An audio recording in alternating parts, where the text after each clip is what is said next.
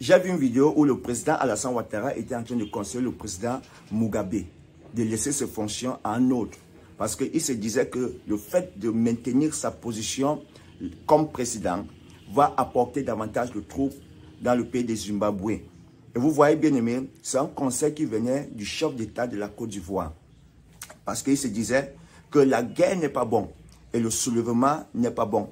C'est bien de laisser les choses aller dans la paix et dans la tranquillité. Et c'est des choses que nous demandons aujourd'hui par la grâce de Dieu. Parce que quand j'ai vu cette vidéo, ça m'a quand même touché l'esprit et j'ai dit, mais pourquoi, étant conscient de tout ce qui se passe aujourd'hui en Côte d'Ivoire, sachant très bien que ne pas mettre le nom de Laurent Gbagbo dans la liste électorale va susciter des problèmes, va causer des troubles. Pourquoi donc il refuse de mettre le nom de Laurent Gbagbo, sachant que le fait de ne pas mettre son nom permettra aux gens de se lever contre la nation et va permettre à ce que la nation soit secouée.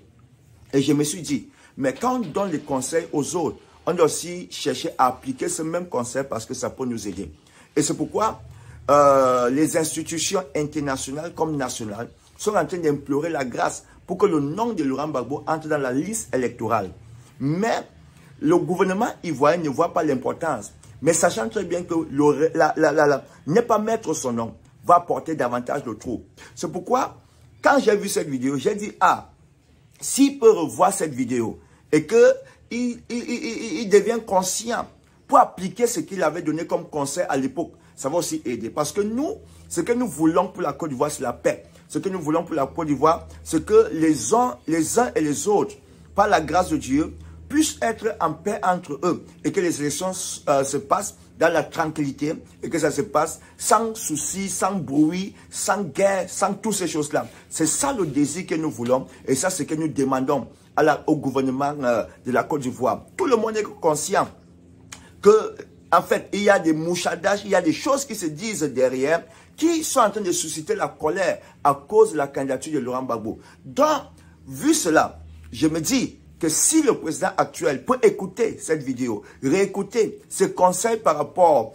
au président du Zimbabwe, ça va aider par la grâce de Dieu à ce qu'il puisse prendre de bonnes décisions qui permettra aux élections présidentielles de 2025 de se passer dans la paix et dans la tranquillité. Les gens ont peur du président Laurent Gbagbo, sachant très bien que c'est lui qui va gagner. Et on décide de radier son nom de la liste électorale. Mais ma prière, c'est que tout revient en ordre. Par la grâce de Dieu, écoutez cette vidéo. Vous allez me tenir raison par rapport aux propos dont je suis en train de dire. Que Dieu vous bénisse au nom de Jésus-Christ. Amen. Je le disais tantôt, le monde a changé. Le monde a changé et ce qui se passe au Zimbabwe interpelle tous les hommes politiques, pas seulement les chefs d'État africains. Il faut que le président Mugabe puisse quitter ses fonctions dans la dignité. C'est le message que j'ai transmis au président de l'Union africaine, mon ami. Nous voulons que le président Mugabe quitte ses fonctions dans la dignité. Évidemment, à son âge et compte tenu de la durée des fonctions, tout le monde est conscient qu'il est temps, bien sûr, qu'il cède son fauteuil à une nouvelle génération. Donc je voudrais tout simplement dire publiquement que ce qui se passe au Zimbabwe nous interpelle. Nous, qui nous considérons comme des démocrates, nous sommes contre les coups de force de quelque nature que ce soit. Nous voulons en même temps que la dignité de ces vieux combattants soit respectée et que le président Zuma continue d'utiliser les voies et moyens pour que cette situation se dénoue dans des conditions qui honorent notre continent.